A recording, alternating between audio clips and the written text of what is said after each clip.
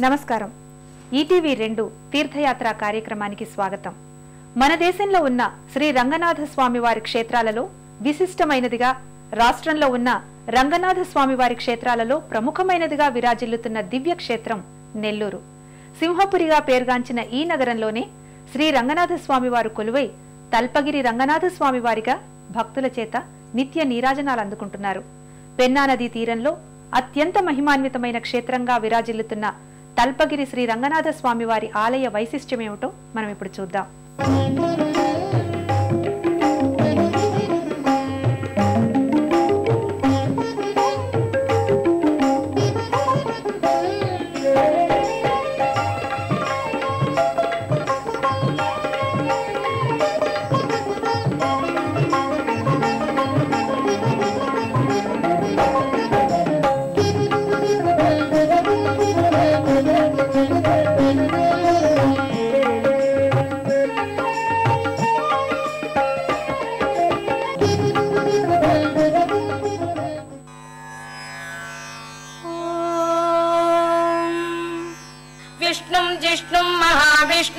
విష్ణుం మహేశ్వరం అనేక రూప దైత్యాంతం నమామి పురుషోత్తమం అంటూ రంగనాథ స్వామి వారి నామస్మరణతో పునీతమవుతున్న పుణ్యధామం నెల్లూరు.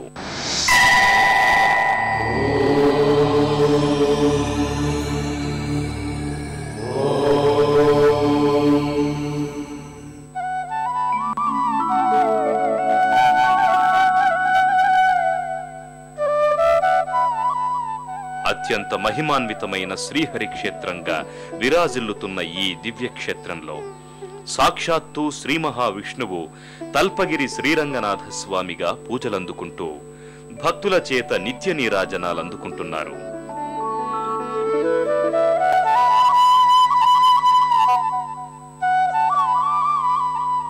ప్రశాంతమైన వాతావరణంలో పెన్నా నదీ తీరంలో ఉన్న ఈ దివ్య క్షేత్రం శ్రీరంగనాథుని క్షేత్రాలలో విశిష్టమైనదిగా విరాజిల్లుతోంది.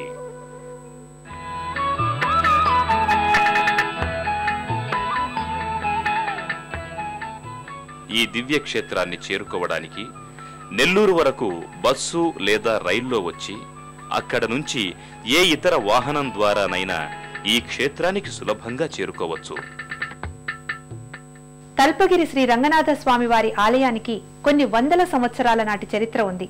క్రీస్తు శకం 7-8 శతాబ్దాలలో పల్లవ చక్రవర్తులు ఈ దేవదేవుణ్ణి ప్రతిష్ఠించినట్లు చారిత్రక ఆధారాల ద్వారా తెలుస్తోంది. ఈ దివ్య క్షేత్రానికి చేరుకున్న భక్తులు ముందుగా ఆలయానికి ఆనుకుని ప్రవహిస్తున్న పెన్నా నదిలో భక్తి శ్రద్ధలతో స్నానాధికాలు చేస్తారు.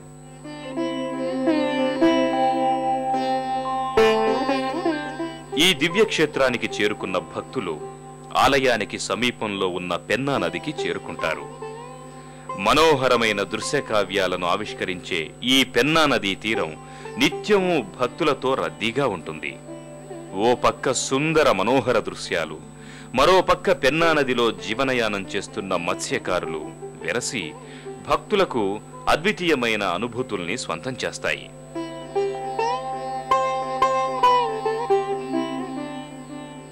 ఈ నదీ తీరానికి చేరుకున్న భక్తులు ఓం శ్రీరంగనాథాయ నమః అంటూ భక్తి శ్రద్ధలతో పెన్నా నదిలో స్నానాధికాలు చేస్తారు. మొదట్లో ఈ ఆలయ క్షేత్రాన్ని చిత్తర మేళ విణగల్ అంటే శ్రీవైకుంఠం అని పిలిచేవారు. స్వామివారిని పళికొండు పెరుమాళ్లు అంటే శయన నారాయణుడు అని పిలిచేవారు. అయితే 17-18 శతాబ్దాల నాటి నుంచి ఈ క్షేత్రం తల్పగిరిగా ప్రసిద్ధికెక్కింది. పెన్నా నదిలో స్నానాధికాలు చేసిన భక్తులు అనంతరం ఓం శ్రీ రంగనాథాయ నమః అంటూ ప్రధానాలయ ప్రాంగణంలోకి చేరుకుంటారు.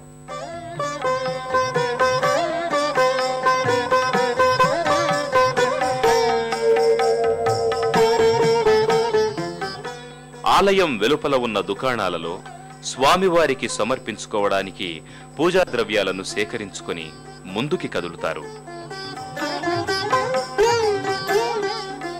భక్తులకు ముందుగా తల్పగిరి రంగనాథ స్వామి వారి ఆలయ రాజగోపురం దర్శనమిస్తుంది. వివిధ దేవతామూర్తులతో అందంగా ఆహ్లాదంగా దర్శనమిచ్చే ఈ గాలిగోపురాన్ని దర్శించుకున్న భక్తులు భక్తి శ్రద్ధలతో చేతులు జోడిస్తారు.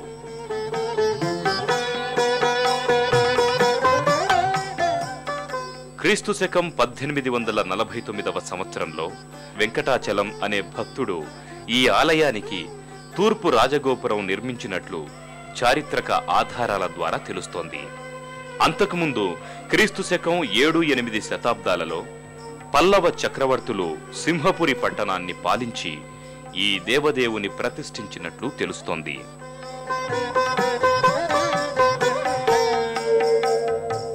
అలాగే 12వ శతాబ్దంలో ఉభయ కుళోత్తుంగ చోళుడు ఈ ఆలయానికి గర్భగృహాదులను నిర్మించినట్లు చారిత్రక ఆధారాల ద్వారా తెలుస్తోంది.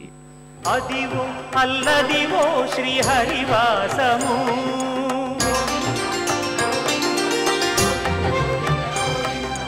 అదివో అల్లదివో శ్రీహరివాసము, 10,000 శేషుల పడగలమయము. అదివో అల్లదివో శ్రీహరివాసము, 10,000 శేషుల పడగలమయము.